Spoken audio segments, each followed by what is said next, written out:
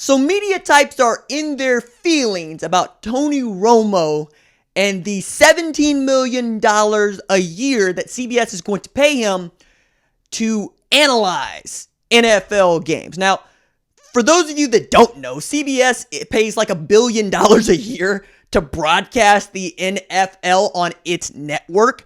And $17 million in a long grand scheme of things annually ain't nothing to CBS and Sean McManus and them. They're going to pay for their talent. And if you can keep Jim Nantz and Tony Romo together, you stand a really great chance of putting on one of the best broadcasts in all the National Football League. And that's a big deal because right now you're talking about Troy Aikman and Joe Buck being really the only other broadcasting tandem that we really absolutely adore. Like, we can give Chris Collinsworth and Al Michaels their own space over there a Sunday night because that's really the only game they got to call. But if I knew that I was getting Tony Romo and Jim Nantz together, I'm willing to take on Chris Collinsworth and Al Michaels and Joe Buck and Troy Aikman. And then we have three of the best broadcast booths that we've had in the last 10 years. And CBS locking up Tony Romo means that he doesn't get to go to the place that is going to suffer the most from this move, which is ESPN, right? We all believe that as analysts go, there's really three guys in the NFL that are working right now, all of which I've just listed, that are really, really outstanding at their job. How many of those guys work at ESPN, right? The amount of people that continuously just drag Booger McFarland on a broadcast versus the people that laud Tony Romo on a broadcast tells you everything you need to know about this.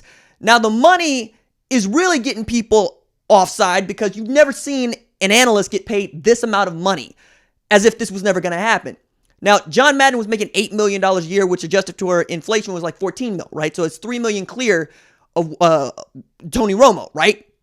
That said, the other part that I think is asinine to put into all of this is that Tony Romo never made like $100 million or more than $127 million in his 14 years, and he never made, more than $17 million except like 3 seasons in his career at the Dallas Cowboys. Well, first, he wasn't a great prospect coming out of Eastern Illinois, right? It kind of fell into him, and then he became the guy, so his earning power was never what it was going to be to start, right? Because you don't come in making Baker Mayfield money. You come in making I made the team money, and then you worked your way up.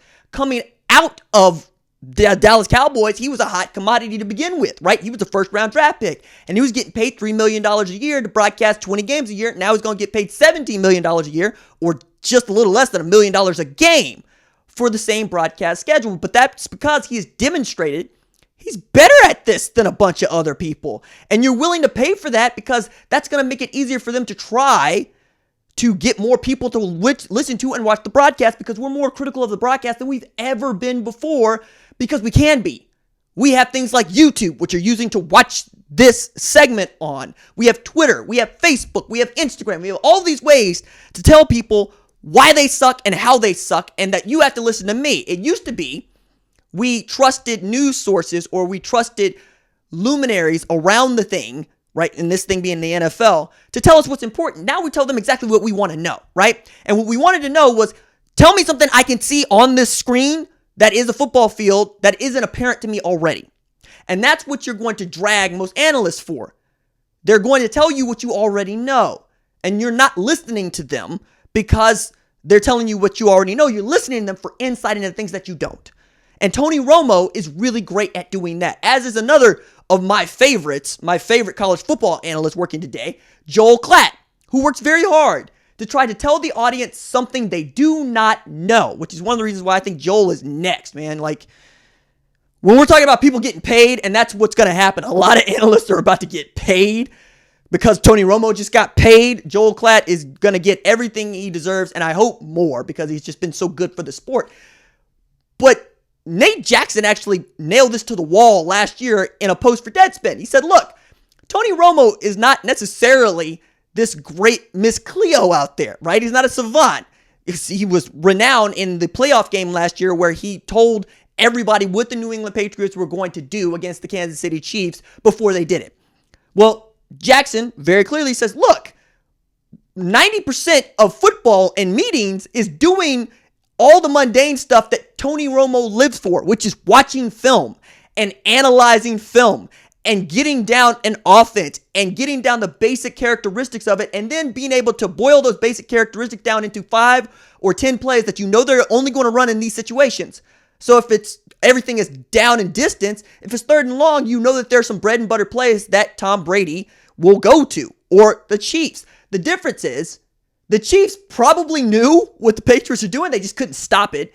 And they don't have a microphone to tell everybody what they're going to do. This is one of the reasons why the XFL is doing well, because what it's able to provide is insight into the thinking of the offensive coordinator or the head coach, or in some cases, even the analysts, who are really good at picking up on bits of jargon that they recognize that is sort of universal throughout football, that they can be like, oh yeah, this is going to be this kind of a play versus that kind of a play.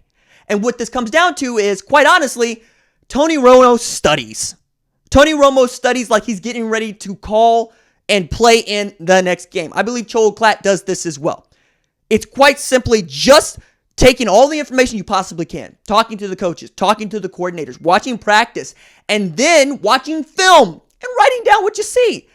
Like, my beef with Monday Night Football is that I would say, did Booger even study for this? Because I know he knows what to study for because he played in the National Football League, and he was pretty doggone good when he did.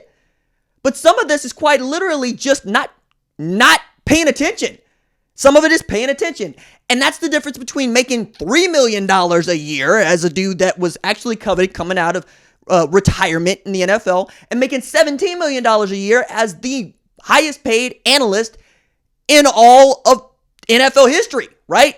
We're also talking about ESPN was getting ready to back up a truck of $20 million annually to go get him because Disney got money like that, and they needed to help their own broadcast, and they want to get a foothold back into the National Football League in the way that CBS and Fox have done here of recent. Now, knowing all of that, CBS had a clause in his contract, which I thought was very smart, to say, Tony, you got to tell us what the number is. And if we can hit the number, we get to hit the number. And they needed to do that before March 1st. So this deal gets done 2 days before March 1st with a leap day in there. So they just finally got it done. They inked him to the deal. And now you are able to put some distance between you and your competitors, and you get to keep America's favorite color analysts working for you. I don't see a downfall here. If anything, this is as it should be. The best are getting paid for working harder and being the best, right? Isn't that what we all want to be? I find it fascinating that people have a problem with this when the first thing that they will tell us or will say is, this broadcast booth sucks. Nobody says that about Jim Nantz. Doesn't happen, right? Al Michaels doesn't catch that kind of shade. You know what I mean? It just doesn't happen. Even Joe Tessitore, who is phenomenal, is stuck with Booger, doesn't catch that kind of shade. It's all for Booger. And before it was all for Booger, it was all for Booger and Jason Witten. Yes, because we care. And Aikman does a great job of studying. And all of this goes back to, do you take time? Do you put effort in? Because if you don't, you're going to get found out. And if you do, we're going to reward you.